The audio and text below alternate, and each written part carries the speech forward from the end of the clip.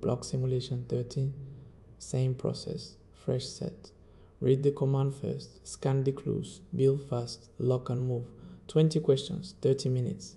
Clock starts now. What is the most likely diagnosis? A 19-year-old man develops fatigue, recurrent infections, and easy bruising weeks after starting an antibiotic chloramphenicol. CBC, HEB 7.5, WBC 1800, platelets 25,000, pancytopenia. Reticulocyte count is low W. Bone marrow biopsy shows a markedly HY percellular marrow replaced largely by fat, with no fibrosis or infiltrate. Read the command. Most likely diagnosis: pancytopenia, low reticulocytes, drug exposure, hypocellular fatty marrow without infiltrate, aplastic anemia. Aplastic anemia is failure of the bone marrow to produce all three cell lines, causing pancytopenia, anemia, leukopenia, and thrombocytopenia together. The defining feature is a markedly hypocellular marrow replaced largely by fat, with no malignant infiltrate and no fibrosis. The reticulocyte count is low because the marrow cannot regenerate red cells. Causes include drugs, chloramphenicol, the classic, plus carbamazepine, methotrexate, propylthiouracil, toxins like benzene, radiation, viral infections like parvovirus B19 and hepatitis, and autoimmune destruction of stem cells. The correct answer is D. The hypocellular fatty marrow distinguishes aplastic anemia from the other causes of pancytopenia. Acute leukemia and myelofibrosis show a HY percellular or fibrotic infiltrated marrow rather than an empty one. The low reticulocyte count points to a production problem rather than peripheral destruction. Pancytopenia with an empty fatty marrow after drug exposure is aplastic anemia. Treat by removing the offending agent, supportive care, immunosuppression, or transplant.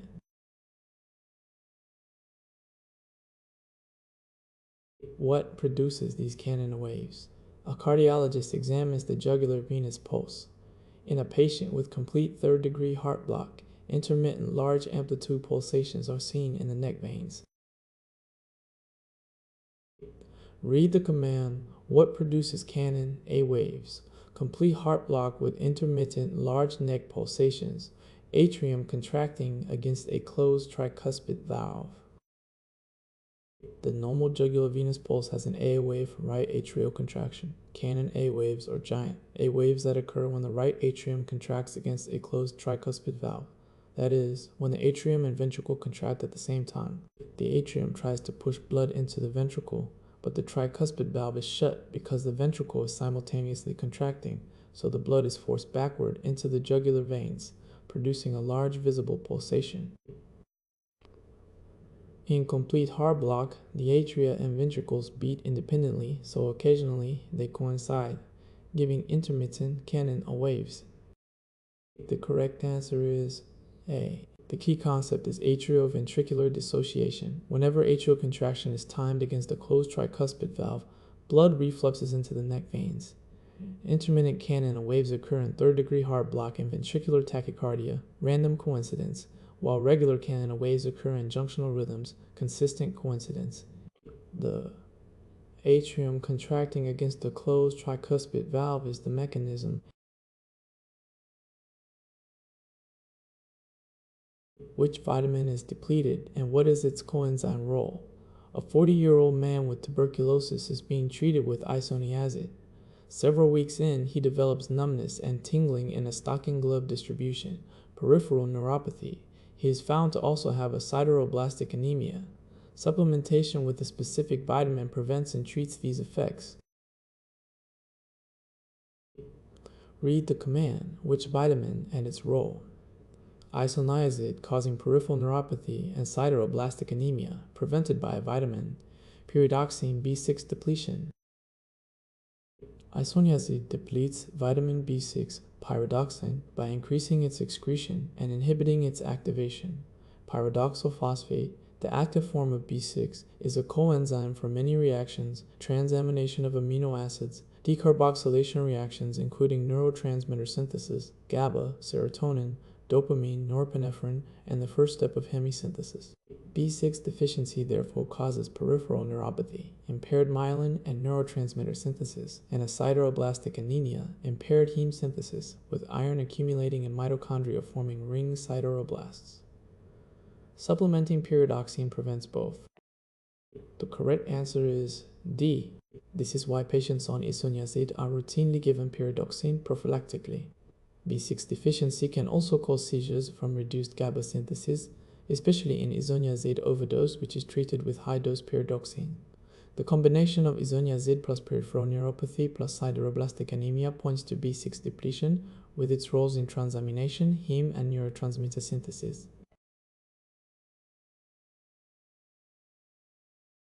Which structures are being compressed in this thoracic outlet syndrome?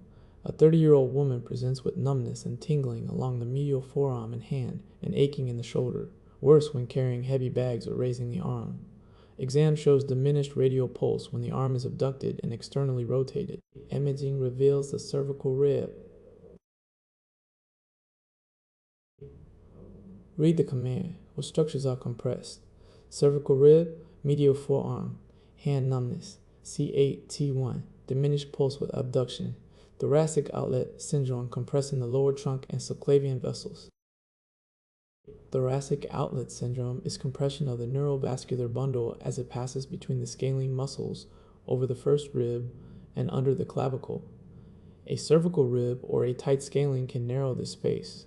The structures most often compressed are the lower trunk of the brachial plexus, roots, C8 and T1, and the subclavian artery and vein. Compressing the C8-T1 fibers causes numbness and tingling along the medial forearm and hand, the ulnar distribution, and weakness of the intrinsic hand muscles.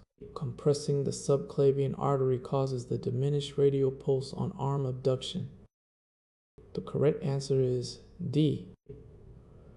The reason the C8-T1 lower trunk is affected is anatomic. It sits lowest, draped over the first rib or cervical rib, so it bears the compression. This produces a medial hand and forearm sensory pattern plus vascular symptoms reproduced by arm positioning.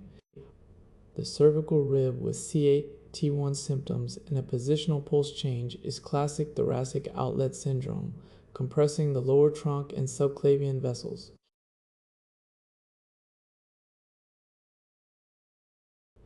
These varices result from portal hypertension shunting blood, through which anastomosis. A 58-year-old man with alcoholic cirrhosis presents vomiting large amounts of bright red blood. Exam shows a distended abdomen with shifting dullness, dilated periumbilical veins, caput medusae, and splenomegaly. Endoscopy shows bleeding dilated submucosal veins in the lower esophagus. Read the command. Which anastomosis causes the varices? Cirrhosis, portal hypertension, esophageal varices, caput medusae, left gastric to azygos esophageal anastomosis. In cirrhosis, scarring obstructs blood flow through the liver, raising pressure in the portal vein, portal hypertension. The blood is forced to find alternate routes back to the systemic circulation through portosystemic anastomosis, which become engorged. Esophageal varices form at the anastomosis between the left gastric vein portal system and the esophageal veins draining into the azygos system, systemic. These dilated submucosal veins in the lower esophagus are thin-walled and can rupture, causing the life-threatening hematemesis seen here. The correct answer is C. Map the three main portosystemic anastomosis: esophageal varices, left gastric to azygos, anorectal varices hemorrhoids, superior rectal to middle inferior rectal, and caput medusae para-umbilical to epigastric veins around the umbilicus.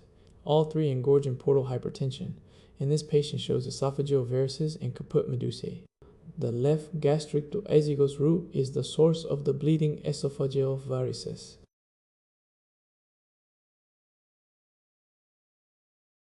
Which type of renal tubular acidosis is this?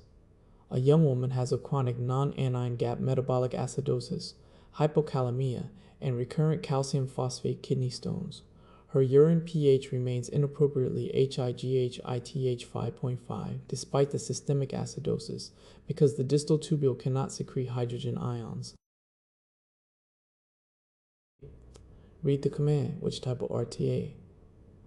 Non-GAP metabolic acidosis, hypokalemia, high urine pH, inability to secrete H+ distally, calcium stones, type 1 distal RTA. Type 1 distal, renal. Tubular acidosis is a defect in the alpha intercalated cells of the distal tubule, which normally secrete hydrogen ions into the urine. Because they cannot secrete H+, acid is retained, causing a non-anion gap metabolic acidosis, and the urine cannot be acidified. So urine pH stays inappropriately HIGH above 5.5, even when the blood is acidic. This is the hallmark. The retained acid and impaired potassium handling cause hypokalemia, and the alkaline urine plus high calcium promotes calcium, PHO-aspartate kidney stones, and nephrocalcinosis. The correct answer is D. Contrast the types. TYP1 distal cannot secrete H+, high urine pH, hypokalemia, stones. TYP2 proximal cannot reabsorb bicarbonate, urine can still acidify eventually, associated with Fanconi syndrome, hypokalemia. TYPE4 hypokalemia, aldosterone deficiency or resistance, the only RTA with hypokalemia. Aldosterone deficiency or resistance, the only RTA with high potassium. The inappropriately alkaline urine despite systemic acidosis is specific for type 1 distal RTA.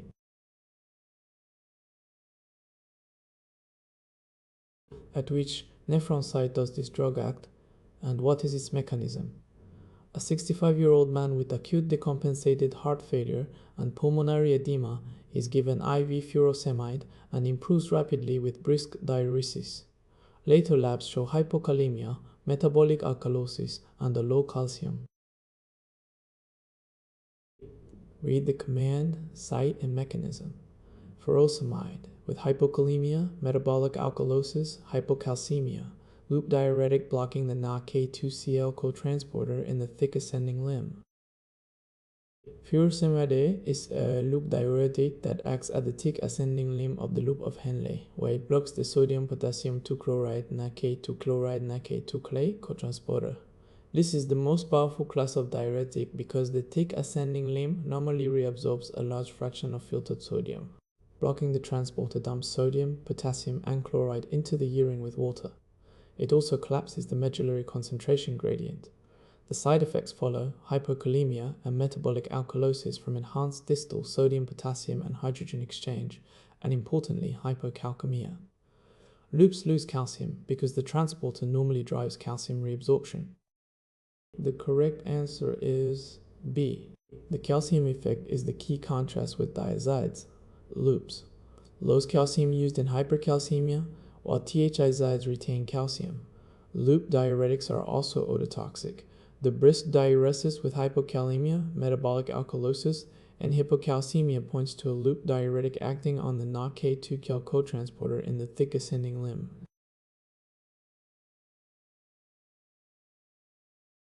What is the most likely diagnosis? A 65-year-old man presents with widespread lymphadenopathy and fatigue. Lymph node biopsy shows a monotonous proliferation of small to intermediate B cells that efface the node. Flow cytometry, CD5 positive, CD19 positive, but CD23 negative. Cytogenetics show 23 negative. Cytogenetics show a cyclin D1. Read the command, most likely diagnosis. CD5 plus, CD19 plus, CD23 negative, Twan-Evan, Fort, cyclin. D1 mantle cell lymphoma. This is mantle cell lymphoma, an aggressive B-cell non-Hodgkin lymphoma. It is defined by the TAS1114 translocation, which juxtaposes the cyclin D1 gene, CCND1, on chromosome 11 with the immunoglobulin heavy chain locus chromosome 14, driving overexpression of cyclin D1. Cyclin D1 pushes cells through the G1-2S transition of the cell cycle, promoting pushes cells through the G1-2S transition of the cell cycle, promoting proliferation. The immunophenotype is the key discriminator. Mantle cell is CD5 positive, like CLL, but CD23 negative, which separates it from CLL. The correct answer is B. The crucial exam distinction is mantle cell versus CLL. because both are CD5 positive B cell neoplasms. The discriminator is CD23, CLL is CD5 plus and CD23 positive, while mantle cell is CD5 plus but CD23, negative with 23, and negative with 25 bone cell. Neoplant mantle cell is more aggressive than CLL. Match the cyclins and translocations. Cyclin D1T114, mantle cell lymphomy, CL2T14, 18 follicular, C-MyC T814, Burkitt. The CD23 negative cyclin D1T114 profile defines mantle cell lymphoma. Which organism is responsible? A 58-year-old man with a history of alcoholism develops fever and a productive cough with thick red currant jelly. Sputum. Chest X-ray shows a right upper lobe consolidation with a cavity. Sputum culture grows a lactose-fermenting, mucoid, encapsulated gram-negative rod. Read the command. Which organism? Alcoholic, currant jelly sputum, cavitary upper lobe pneumonia, mucoid encapsulated lactose fermenting gram, negative rod, Klebsiella pneumoniae.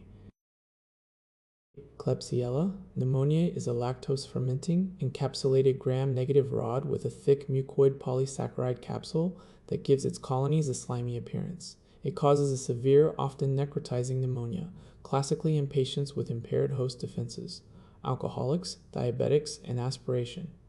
Prone patients. The hallmark is thick, bloody red currant jelly.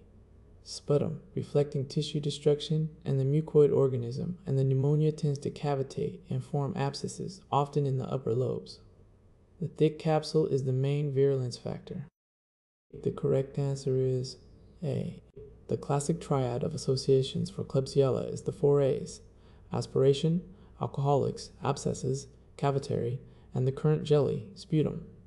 Klebsiella also causes urinary tract infections and is an important cause of nosocomial and multi-drug resistant infections. The currant jelly sputum in an alcoholic with a cavitary lobar pneumonia and a mucoid encapsulated lactose fermenter points to Klebsiella pneumoniae. Which cell releases this hormone, and what is its primary stimulus? After a meal, acidic chyme enters the duodenum. In response, a hormone is released that stimulates the pancreas and biliary ducts to secrete bicarbonate-rich fluid, neutralizing the acid, and inhibits gastric acid secretion. Read the command. Which cell and stimulus? Hormone triggered by duodenal acid that stimulates pancreatic bicarbonate, secretin from S cells. This hormone is secretin, released by the S cells of the duodenum. Its primary stimulus is ACIZ, a low duodenal pH from gastric chyme entering the small intestine. Secretin acts to neutralize that acid. It stimulates the pancreatic ductal cells and the biliary epithelium to secrete a watery, bicarbonate-rich fluid, raising the duodenal pH to protect the mucosa and optimize the pH for pancreatic enzymes. Secretin also inhibits gastric acid secretion and slows gastric emptying, a negative feedback loop to reduce further acid load. The correct answer is C. Keep the GI hormones distinct by cell and stimulus, secretin S cells, acid stimulus, bicarbonate secretion, cholecystokinin I cells, secretin neutralizes, stimulus, gallbladder and pancreatic enzymes, gastrin G cells, peptides and distension, acid secretion, and somatostatin D cells, inhibitory. The acid-triggered bicarbonate response is secretin from the S cells. Secretin neutralizes.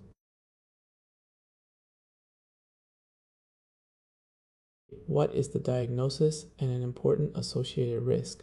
A 48-year-old woman presents with several months of progressive symmetric proximal muscle weakness, difficulty climbing stairs and lifting her arms. She also has a violaceous rash on her eyelids, heliotrope rash, and scaly erythematous papules over the knuckles, Gottron papules. Labs: elevated creatine kinase, anti-Jo1 antibodies positive. Read the command, diagnosis and associated risk. Proximal muscle weakness, heliotrope rash, Gottron, papules, high CK, anti-Jo1, dermatomyositis, with malignancy risk.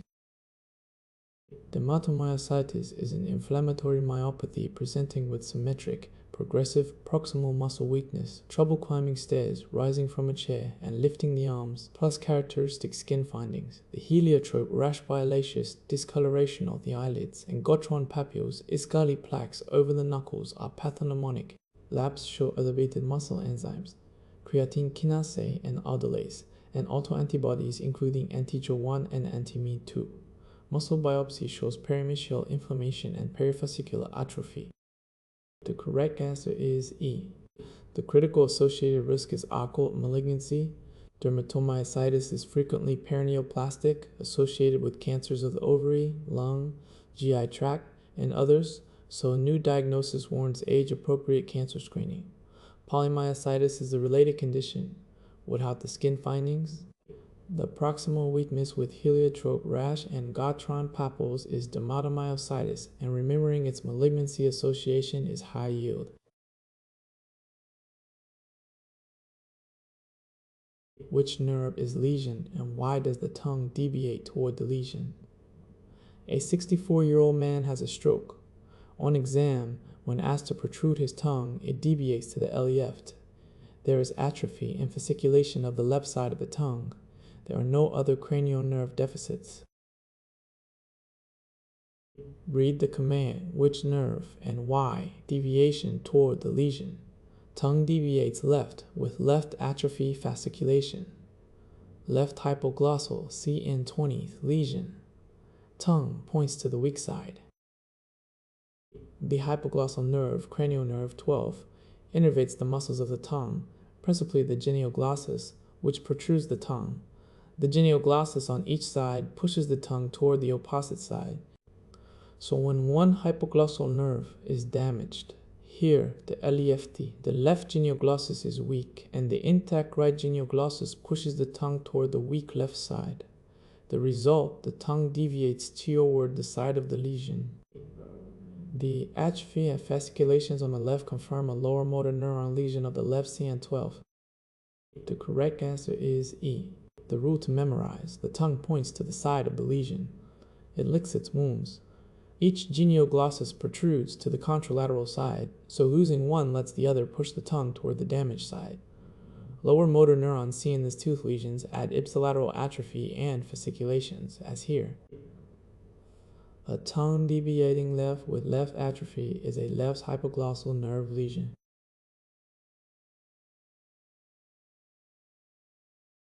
What is the attributable risk in the exposed, the excess risk due to smoking? In a cohort study, the incidence of lung cancer in smokers is 90 per 100,000 per year, and in non-smokers it is 10 per 100,000 per year. Read the command, attributable risk in the exposed. Incidence in exposed minus incidence in unexposed, 90 minus 10.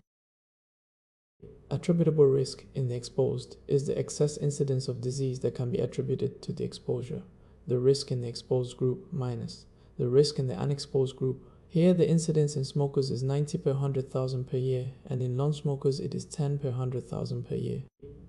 So the attributable risk is 90 minus 10, which equals 80 per 100,000 per year. This is the additional lung cancer risk that smoking itself contributes above the baseline risk that exists even without smoking. The correct answer is A. Do not confuse the measures. Attributable risk subtracts excess risk, exposed minus unexposed. Relative risk DVDs here. 90 over 10 equals 9, meaning smokers have 9 times the risk. Both come from cohort data, but attributable risk tells you the absolute excess caused by the exposure, useful for public health impact. The subtraction, 90 minus 10 equals 80 per 100,000, is the attributable risk in the exposed. A deficiency of which enzyme complex is most likely? A neonate presents with lethargy, poor feeding, and a severe lactic acidosis. Neuroimaging later shows structural brain abnormalities. Labs show elevated serum alanine and pyruvate with a normal to high pyruvate level and a high lactate. A partial improvement is seen on a ketogenic, high-fat, low-carbohydrate diet. Read the command, which enzyme complex? Neonate, lactic acidosis, elevated pyruvate, and alanine. Neuro damage improves with ketogenic diet. Pyruvate dehydrogenase complex deficiency. Pyruvate dehydrogenase complex deficiency impairs the conversion of pyruvate to acetyl-CoA, the link between glycolysis and the TCA cycle. With PDH blocked, pyruvate accumulates and is shunted to LACTA, causing lactic acidosis and to alanine by transamination, both elevated here. Because the brain depends heavily on acetyl-CoA from glucose, the deficiency causes neurologic damage and developmental delay from infancy. The hallmark of the disease, and the clue here, is improvement on a ketogenic diet. High fat provides acetyl-CoA directly via fatty acid oxidation and ketone bodies, bypassing the blocked PDH step. The correct answer is C.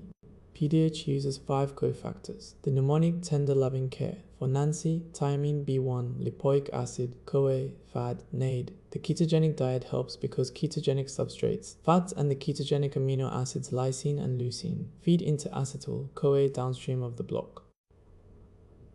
Lactic acidosis with elevated pyruvate and alanine that improves on a high-fat diet points to pyruvate dehydrogenase complex deficiency.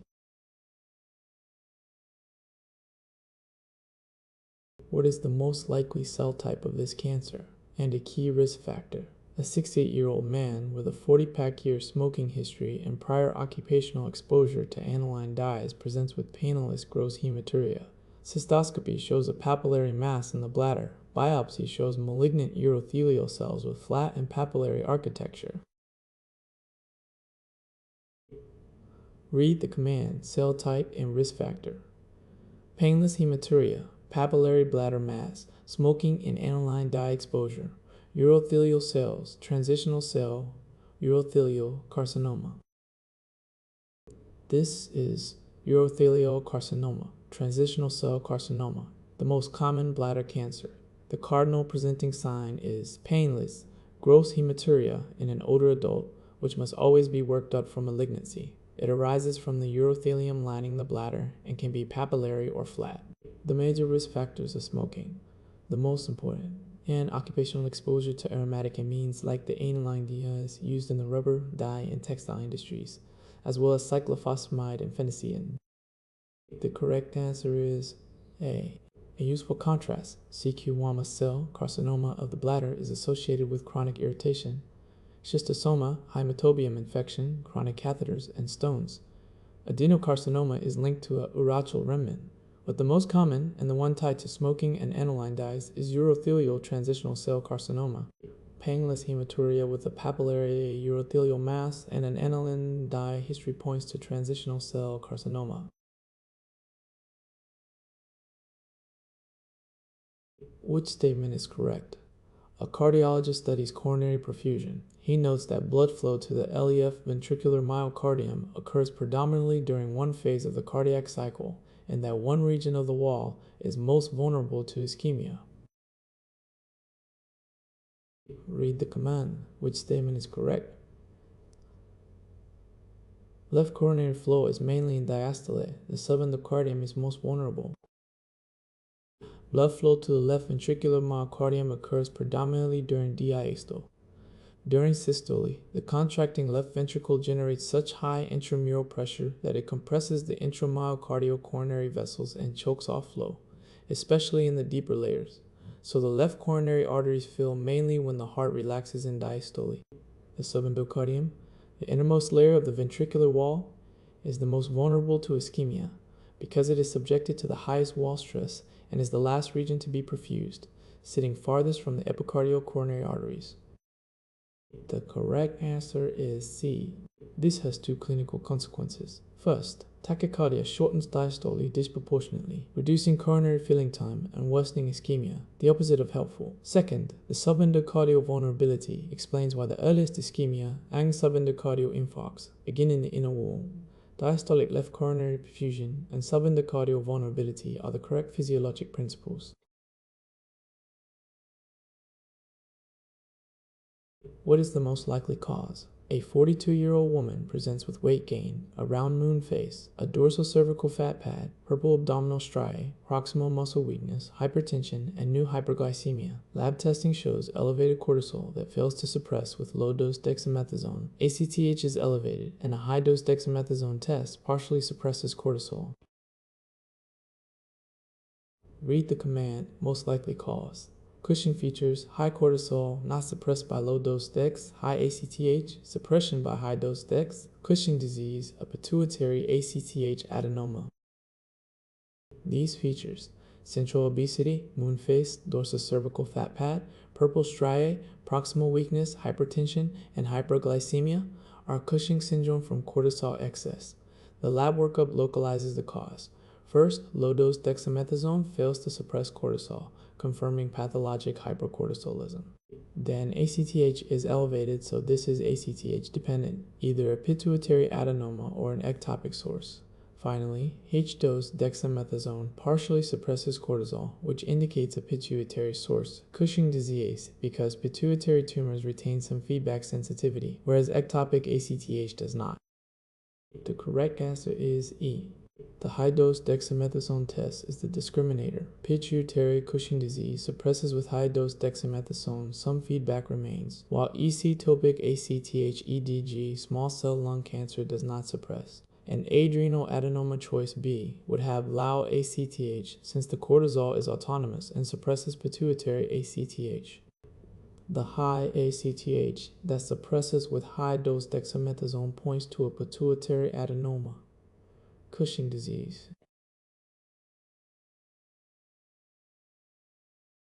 Which drug class is this?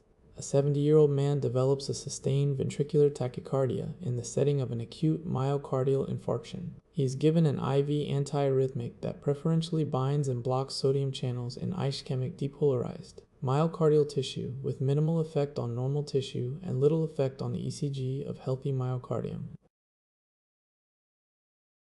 Read the command. Which drug class? Ventricular arrhythmia, post-MI, sodium channel blocker, selective for ischemic depolarized tissue, class IB, lidocaine.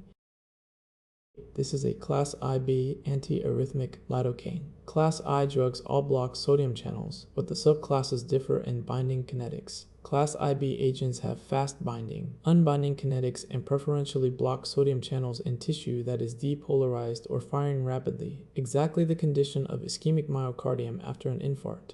Because they bind selectively to the abnormal, depolarized ischemic tissue, and rapidly unbind from normal tissue, they suppress ventricular arrhythmias and ischemia while having minimal effect on normal cardiac conduction and little ECG change in healthy myocardium. The correct answer is B. This selectivity for ischemic tissue makes lidocaine especially useful for ventricular arrhythmias in the setting of acute ischemia or digoxin toxicity. Contrast the class I subgroups. IB lidocaine mexiletine shortens the action potential and targets ischemic ventricular tissue. IA quinidine and IC flecainide have different kinetics and uses. The preferential block of sodium channels in ischemic depolarized myocardium identifies the class IB drug lidocaine.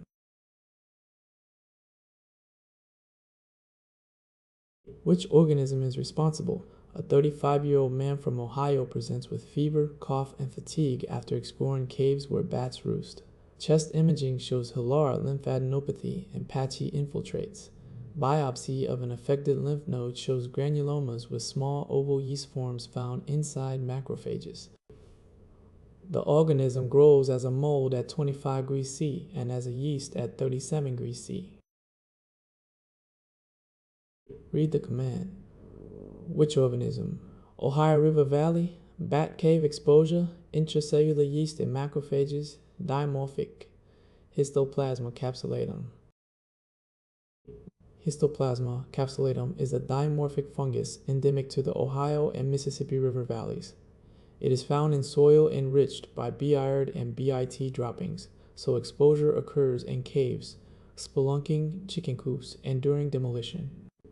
The defining microscopic feature is small, oval yeast forms found inside macrophages. Histoplasma is an intracellular pathogen surviving within the very cells meant to kill it. Like the other endemic mycosis, it is dimorphic, a mold at ambient 25 degrees and a yeast at body temperature 37 degrees.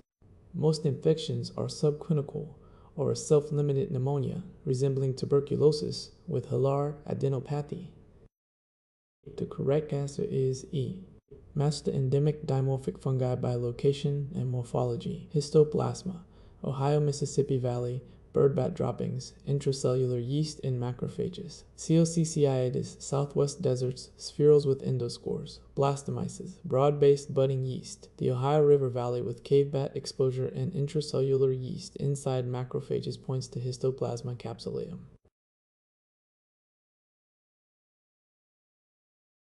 What type of hypersensitivity reaction is this? A 25-year-old man is treated with a heterologous anti-serum horse-derived antitoxin. About 8 days later, he develops fever, urticaria, arthralgias, lymphadenopathy, and proteinuria. Complement levels EC3 are low. Biopsy of affected tissue would show immune complexes deposited in vessel walls. Read the command, which type of hypersensitivity? Serum sickness. 8 days after foreign antiserum, fever, urticaria, arthralgia, low complement, immune complex deposition, type 3 hypersensitivity. This is serum sickness, the prototypical TYPE3 hypersensitivity reaction. After exposure to a foreign protein, here a horse-derived antitoxin, the patient forms antibodies that combine with the circulating foreign antigen to form Iamini complexes. These complexes deposit in small vessels, joints, skin, and the glomeruli, where they acetate complement, consuming C3, hence the low complement, and recruiting neutrophils that cause inflammation and tissue damage. The timing is characteristic about 1 to 2 weeks after exposure, because it takes that long to generate enough antibody to form complexes. The correct answer is B. The delayed onset, days to weeks, the low complement from consumption, and immune complex deposition all define type 3.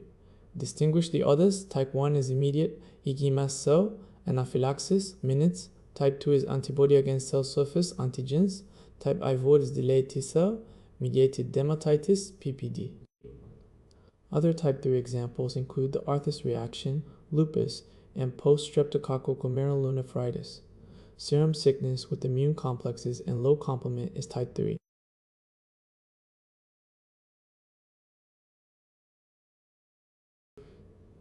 Block 13 is done. Let's review the 5 biggest traps from this block. Trap 1. Pancytopenia with a hypocellular, fatty marrow, and low reticulocytes is aplastic anemia. Leukemia and myelofibrosis fail or fibroses the marrow. The empty marrow is the key. Trap 2. Mantle cell lymphoma and CLL are both CD5 positive B-cell neoplasms. CD23 splits them.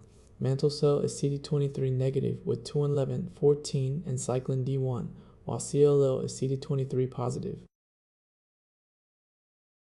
Trap 3. In type 1 distal RTA, the distal tubule cannot secrete hydrogen ions, so the urine pH stays inappropriately high above 5.5 despite systemic acidosis, with hypokalemia and calcium stones. Trap 4. Attributable risk is the difference in incidence, exposed minus unexposed. Relative risk is the ratio, exposed divided by unexposed. Subtract for attributable, divide for relative. Trap 5. In ACTH-dependent Cushing, high-dose dexamethasone suppresses a pituitary source, but not an ectopic one. An adrenal source has low ACTH. The dexamethasone response localizes the cause. 13 blocks down. Train process, not memorization. Step logic. Learn how to think, not memorize.